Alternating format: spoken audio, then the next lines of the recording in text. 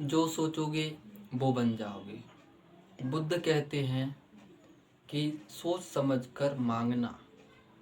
जो मांगोगे वो सोचोगे, जो सोचोगे वो पाओगे। जैसे विचार होंगे वैसा ही होगा, वैसे ही काया होगी, वैसे ही कर्म होंगे। तो सोच समझ के मांगना। तुम जो भी मांगोगे आज नहीं तो कल वो पूरा हो ही जाएगा। तुमने अगर मृत्यु भी मांगी है तो मृत्यु भी आनी ही है। तुमने अगर धन मांगा है तो धन भी आना ही है।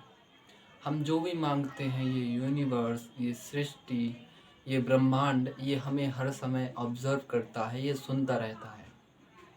तो हमें सोच समझ कर मांगना चाहिए, क्योंकि हम जो भी मांगे ये वो अच्छा है या बुरा, ये यूनिवर्स नहीं चाहता कि तुमने कोई चीज़ मांगी हो और यूनिवर्स ना दे। तुम भले ही कुछ अच्छा मांगो चाहे बुरा मांगो, लेकिन यूनिवर्स तुम्हें देगा अगर कंसिस्टेंटली तुम उसके बारे में सोचते हो, उसके बारे में विचार करते हो। तुम्हारा मन उसी चीज़ में लगा रहता है जो तुम्हें चाहिए।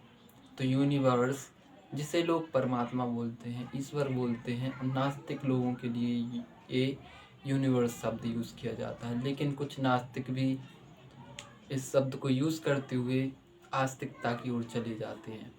तो वही मांगना जो सही है और जो तुम्हें चाहिए, क्योंकि मुंह से निकले शब्द कभी वापस नहीं आते और वो सत्य भी हो सकते हैं किसी भी क्षण। ये यूनिवर्स हमारे लिए वरदान भी हो सकता है और अभिशाप भी। अगर हम कुछ गलत करें और गलत मांगें, हमारा प्रत्येक कर्म लौट कर आता है। कृष्ण ने ये सही ही कहा है कि जो भी करो सोच समझ कर करना, क्योंकि तुम जो भी करोगे वो लौट कर आएगा।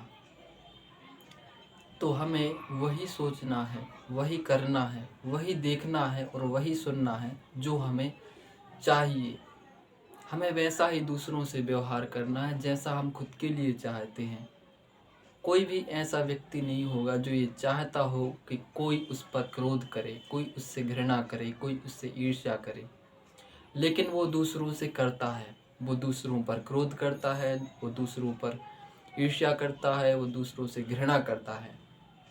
अगर तुम्हें कोई भी चीज़ चाहिए तो वो तुम पहले दूसरों को देना स्टार्ट कर दो, वो तुम्हें स्वतः ही मिल जाएगी।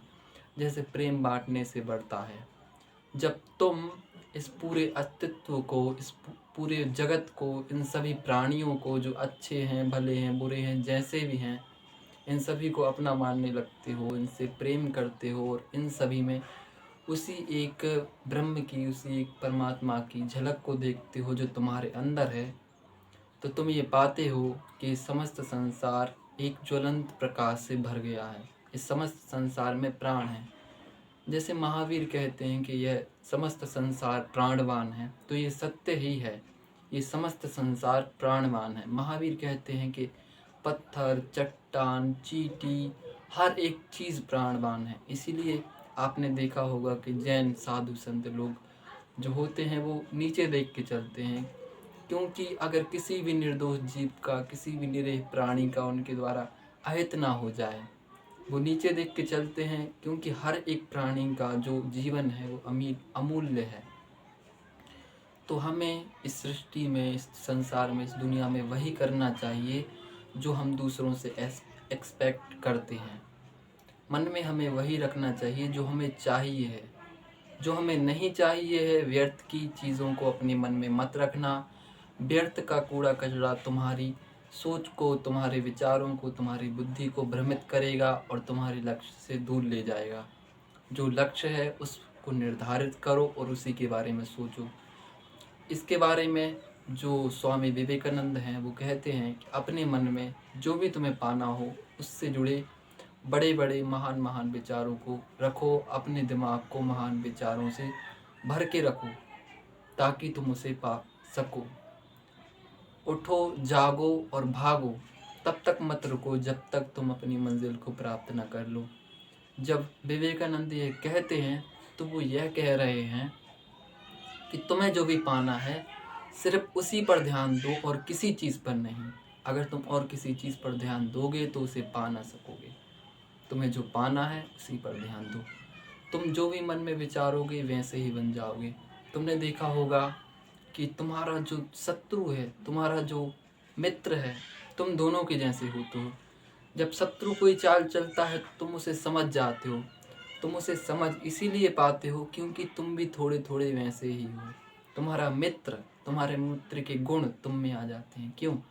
क्योंकि जैसा हम देखेंगे, जैसा हम सुनेंगे, वैसा ही हम होंगे, वैसा ही हमारा व्यवहार होगा।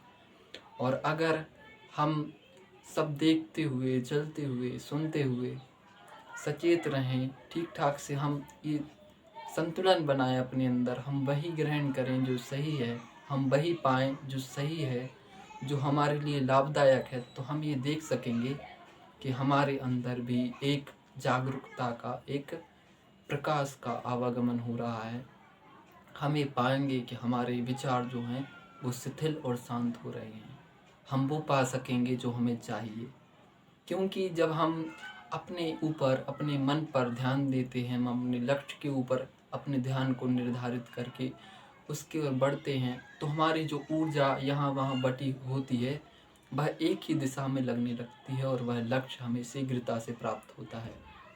आपने खुद देखा होगा कि कुछ कुछ लोग बड़ी ही छोटी सी आयु में बड़े बड़े मुकाम हासिल कर लेते हैं। वो इसीलिए होता है क्योंकि उनकी नज़रों में उनका लक्ष्य निर्धारित है और उन्होंने अपने लक्ष्य को पाने के लिए जी जान से मेहनत की होती है। वो इसीलिए उस लक्ष्य को जल्दी से पा पाते हैं क्योंकि उसके सिवाय उनके मन में और कुछ नहीं होता। अगर तुम्हारे मन में ये होगा कि मैं ये भी पालूँ, वो भी पालूँ, ये भी कर लूँ, वो भी कर लूँ, दौड़ भी लूँ, तैर भी लूँ, उड़ भी लूँ, भाग भी लूँ, तो नहीं हो सकता।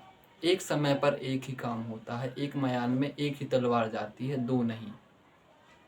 तो हमें ये देखना होगा कि हमें जो पाना है, हमें जो चाहिए है, हमारा ध्यान उसी पर हो। तो आज की इस वीडियो में इतना ही। हमने जाना कि हमें अपने लक्ष्य पर कैसे ध्यान देना है, हमें उसे कैसे पाना है जो हमारे लिए ज़रूरी है। तो धन्यवाद। अगली वीडियो में मिलेंगे। अगर वीडियो आपको पसंद आया हो तो वीडियो को लाइक, शेयर, सब्सक्राइब करना ना भूलें और कमेंट में अपनी राय देना ना भूलें कि आपको ये वीडियो पसंद आया या नहीं और अगला वीडियो आपको किस टॉपिक पर चाहिए।